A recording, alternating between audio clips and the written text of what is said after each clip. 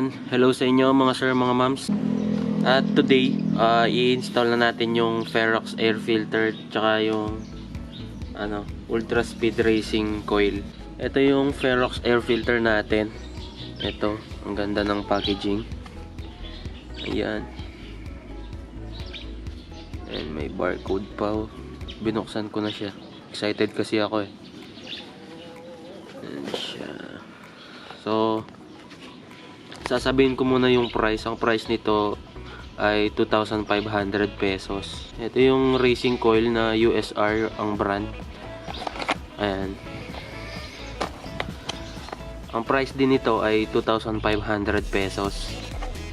So lahat ng product na to galing kay Sir Tatet. Tatet SGP parts and performance part. Ilalagay ko yung link sa description ng video. And buksan muna natin itong Ferrox air filter.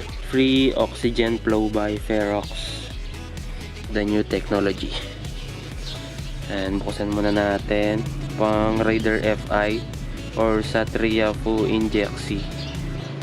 And ang ibig sabihin ng Satria Fu Injecti ay Raider 150 FI. Unbox muna.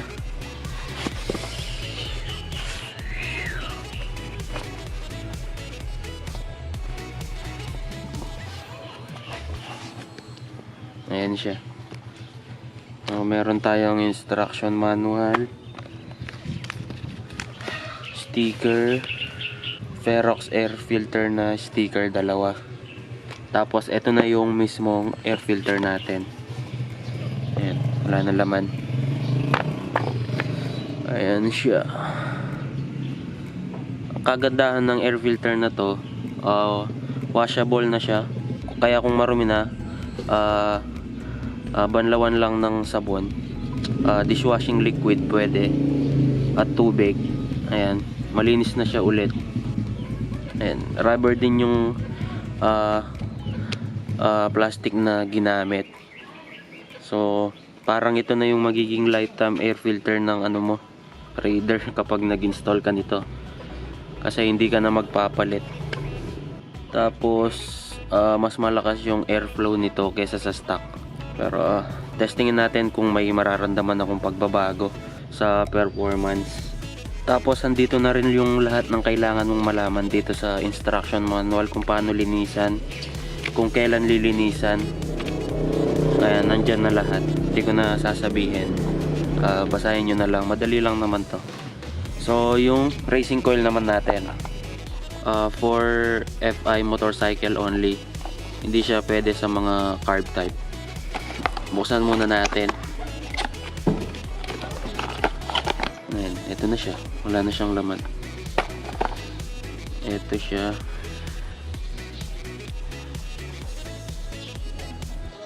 USR Ultra Speed Racing. Meron lang siyang positive and negative wire. Ayan, protect yung wire niya sa spark plug. Hindi ito plug and play, kasi iba yung wire niya. Pwede. Ayan. Tapos dito yung dalawang butas, hindi siya naka-align sa stock na ignition coil. So tingnan natin kung paano ko siya mailalagay. Ayan, install muna natin. Ang una nating ilalagay itong Ferrox air filter, kasi mas madali siyang ilagay. Actually meron na akong tutorials nito. Kaya unang tatanggalin itong airbox cover.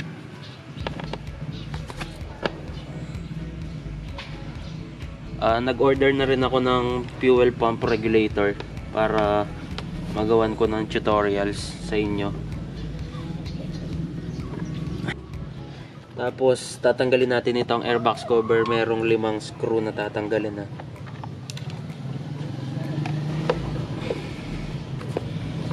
Parang tulad ng dati.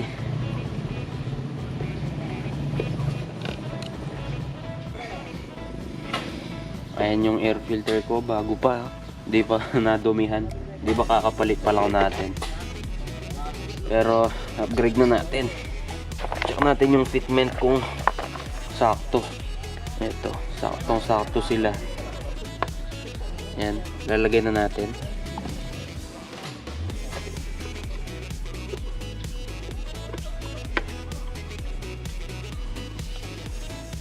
Maganda naman yung fitment niya. So, pwede na nating takpan. Balik na natin yung airbox cover natin.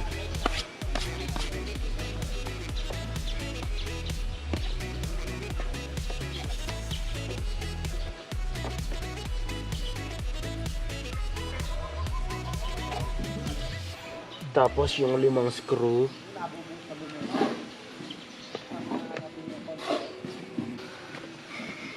Tapos yung airbox cover. Ayan.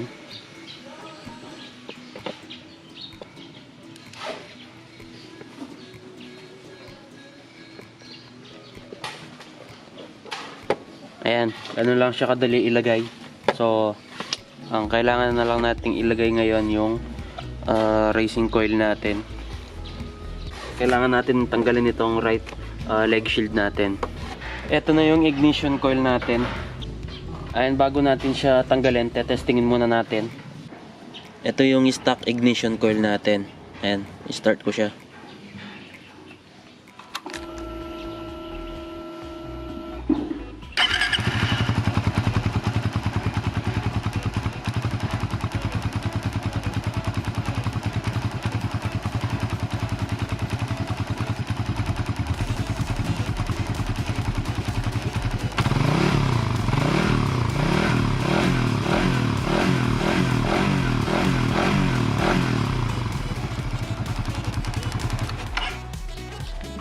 Meron siyang positive wire at negative wire. So, unplug lang natin lahat yan. Ito yung positive wire natin. Ayan. Orange wire with black stripe. Tapos yung negative wire natin. Ayan. Black wire with yellow stripe or yellow green na stripe. And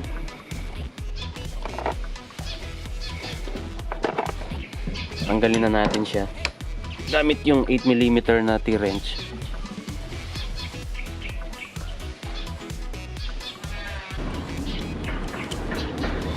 Ito na yung racing coil natin.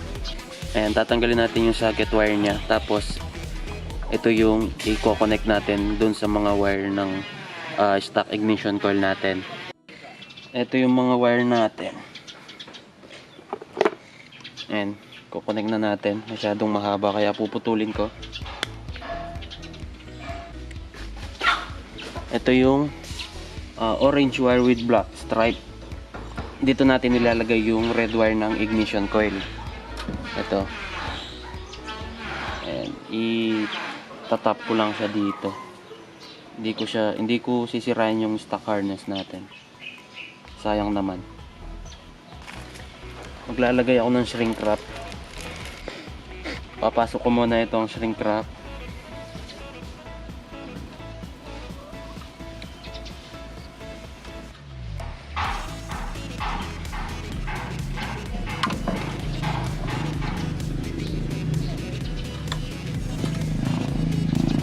Ayan. Ito na yung positive connection natin. Tapos babalik natin yung plastic cover. Ayan. Tapos yung shrink wrap. Ayan. Kuha ka lang ng lighter. Tapos isunugin mo para mag-shrink.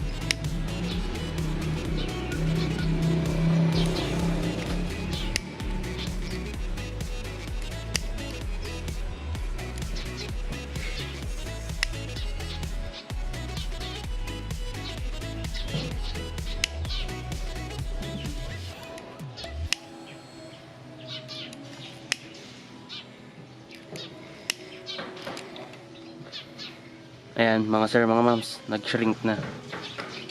Ayan, mas maganda ito kaysa sa electrical tape. Ang next naman itong ground wire.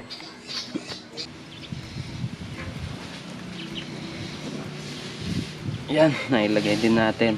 Tapos yung mas malaking shrink wrap.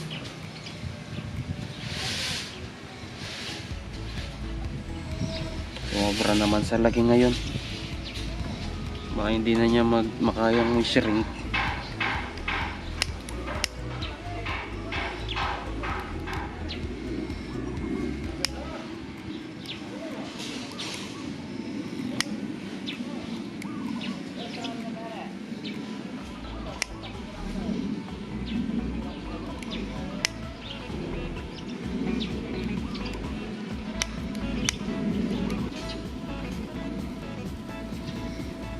Ayan. Medyo malaki, iba kasi yung shape ng connector, kaya hanggang dyan lang yung kayang i-shrink nung shrink tube natin. Pero okay na yan. Ngayon, ilagay na natin yung ignition coil natin. Kapag dito nakapwesto, try natin kung may tama.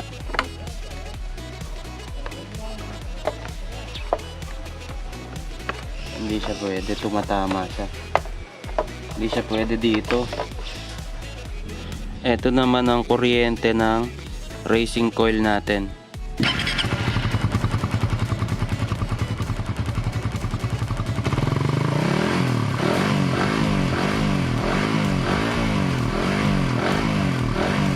Ayan mga sir, ito na yung pinaka best na position na nakita ko, kasi hindi siya pwede dito sumasayad sa fairings, pero pwede siya dito, kaso tatanggalin yung fairing ng leg shield natin, yung matte black na plastic. Ayan siya, naka zip tie lang. Ayan, ibalik na natin yung leg shield natin.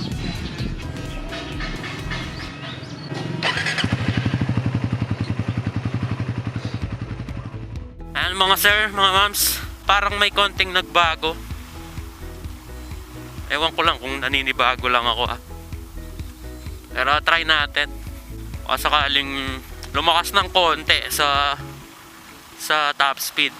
Hindi ko lang alam kung makakapag top speed ako dito. Tatakot na rin kasi ako. Parang nagbago yung acceleration kasi. Pero hindi ganun ka hindi ganun kalaki yung nagbago, hindi mo masyadong mararamdaman. Pero ang kagandahan nun, hindi ka na magpapalit ng air filter lagi. Maglilinis ka na lang.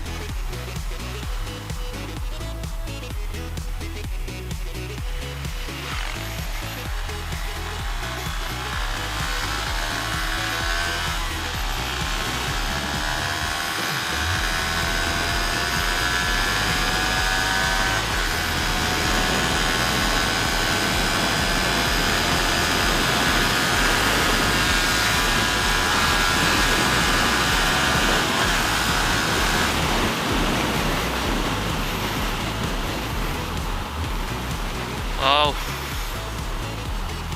May mga nagbibisikleta, natakot ako dun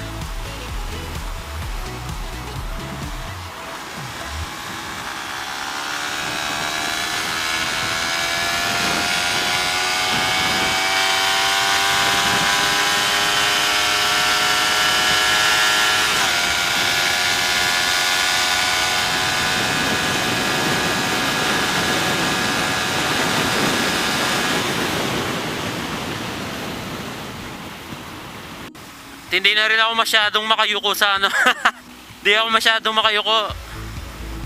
Medyo malaki na kasi yung tiyan ko. Ayan mga sir, mga ma'ams, yung third gear natin umabot ng 110. All stock tayo. Ayan, stock sprocket, stock sprocket 38T, stock tires, stock mags, syempre stock pipe. Maraming sasakyan. Hindi naman ganun pero medyo naramdaman ko sa sa acceleration, gumanda ng konti.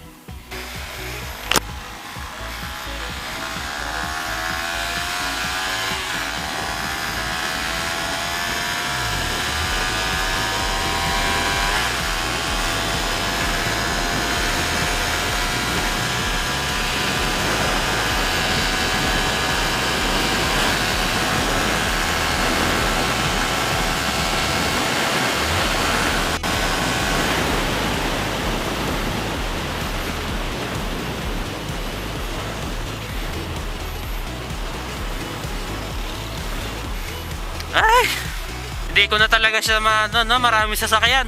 Medyo natatakot pa kasi ako. Nawala na yung gilas ko dati. Hindi kasi ako makapunta doon sa doon sa may aeroplano. May tubig pa kasi doon, may baha pa, hindi ako makadaan. So ayan mga sir, mga ma'ams, kita-kits na lang tayo sa susunod na video natin. So sa Sunday pupunta ako ng Valera Aurora.